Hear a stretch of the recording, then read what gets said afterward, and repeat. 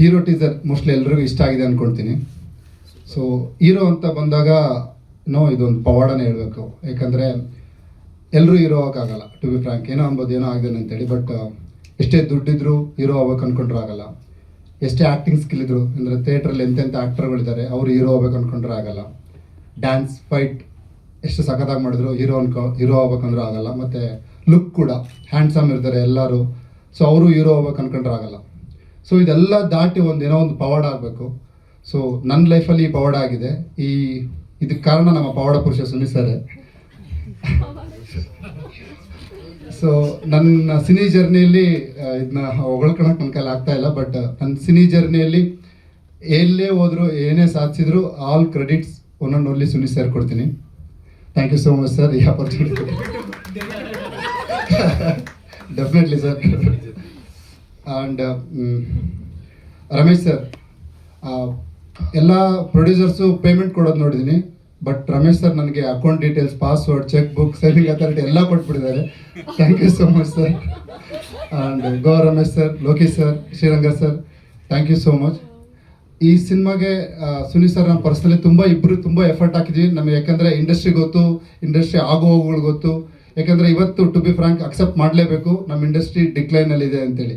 ಇದಕ್ಕೆ ನನ್ನ ಅನಿಸಿಕೆ ಪ್ರಕಾರ, ಯಾಕಂದರೆ ನಾನು ಡೈರೆಕ್ಷನ್ ಡಿಪಾರ್ಟ್ಮೆಂಟಲ್ಲಿದ್ದ ಸಿನಿಮಾ ಇಷ್ಟು ವರ್ಷ ಎಲ್ಲ ಡಿಪಾರ್ಟ್ಮೆಂಟಲ್ಲಿ ಕೆಲಸ ಮಾಡಿದ್ದರಿಂದ ಇದಕ್ಕೆ ಮೇಜರ್ ಕಾರಣ ಅಂದರೆ ನಮ್ಮ ಸ್ಟಾರ್ಸ್ಗಳು. ಸಿನಿಮಾ ಗೆಲ್ಲಬೇಕು, ಸ್ಟಾರ್ಸ್ಗಳು ಗೆಲ್ಲಬೇಕು. ಸ್ಟಾರ್ಸ್ ಗೆದ್ದಾಗಲೇ ನಮ್ಮ ಕನ್ನಡ ಆಡಿಯನ್ಸು ಕನ್ನಡ ಸಿನಿಮಾಗೆ ಅಟ್ಯಾಚ್ ಆಗ್ತಾರೆ. ನಾವು ಹೇಳ್ತಾ ಇರ್ತೀವಿ ಕನ್ನಡ ಆಡಿಯನ್ಸ್ ಸಿನಿಮಾ ನೋಡಲ್ಲ ಅಂತ. ಕನ್ನಡ ಆಡಿಯನ್ಸ್ ಕನ್ನಡ ಸಿನಿಮಾ ನೋಡ್ತಿಲ್ಲ ಅಷ್ಟೇ, ಬಟ್ ಕನ್ನಡ ಆಡಿಯನ್ಸ್ ಎಲ್ಲ ಸಿನಿಮಾಗಳು ನೋಡ್ತಾ ಇದ್ದಾರೆ. ಇದಕ್ಕೆ ಮೇಜರ್ ಕಾರಣನೇ ಸ್ಟಾರ್ಗಳು. ಸೊ ನಾನು ದೇವ್ರ ಹತ್ರ ಪ್ರಾರ್ಥಿಸ್ತೀನಿ, ನಮ್ಮ ಸ್ಟಾರ್ ಸಿನಿಮಾಗಳು ಗೆಲ್ಲಬೇಕು. ಪ್ರತಿ ವರ್ಷ ಎಲ್ಲ ಸ್ಟಾರ್ ಸಿನಿಮಾಗಳು ಗೆಲ್ಲಬೇಕು. ಪ್ಲಸ್ ಈ ಒಂದು ವೇದಿಕೆಯಲ್ಲಿ ಅಪ್ಪು ಸರ್ನ ಮತ್ತು ಡೆಫಿನೆಟ್ಲಿ ದರ್ಶನ್ ಸರ್ನ ಮಿಸ್ ಮಾಡ್ಕೊತೀನಿ ಈ ವಿಷಯಕ್ಕೆ ಬಂದಾಗ, ಇದೆ ಸಿನಿಮಾ ಪರ್ಸನ್ ಆಗಿ ಹೇಳ್ಬೇಕಾದ್ರೆ. ಆ್ಯಂಡ್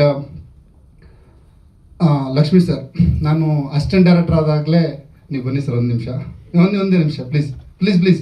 ನಾನು ಅಸಿಸ್ಟೆಂಟ್ ಡೈರೆಕ್ಟರ್ ಆದಾಗಲೇ ನನ್ನ ಬರ್ಡೇ ದಿನ ನನಗೋಸ್ಕರ ಸುನಿ ಗೈಡಿಯಲ್ಲಿ ಆಲ್ರೆಡಿ ಒಂದು ಪಳಗ್ತಾ ಇರೋ ಇವರು ನಮ್ಮಿಬ್ಬರಿಗೂ, ಸುನಿ ಸರ್ಗೂ ನನಗೆ ಐಡಿಯಾನೇ ಇರಲಿಲ್ಲ ಆ್ಯಕ್ಚುಲಿ. ಅದು ನೀವೇ ಒಂದು ದೊಡ್ಡ ಸ್ಪಾರ್ಕ್ ಕ್ರಿಯೇಟ್ ಮಾಡಿಕೊಟ್ರಿ ಒಂದು ಪ್ರೈಮ್ ಟೈಮಲ್ಲಿ. ಒಂದು ಸರ್ ಪ್ಲೀಸ್ ಸರ್, ನನ್ನ ಫಸ್ಟ್ ಎಪಿಸೋಡ್ ಮಾಡಿದ್ದೆ ಇವರು ಲಕ್ಷ್ಮೀ ಸರ್. ಒಂದು ಬಿಗ್ ಥ್ಯಾಂಕ್ಸ್ ಸರ್ ಎಲ್ಲರ ಕಡೆಯಿಂದ.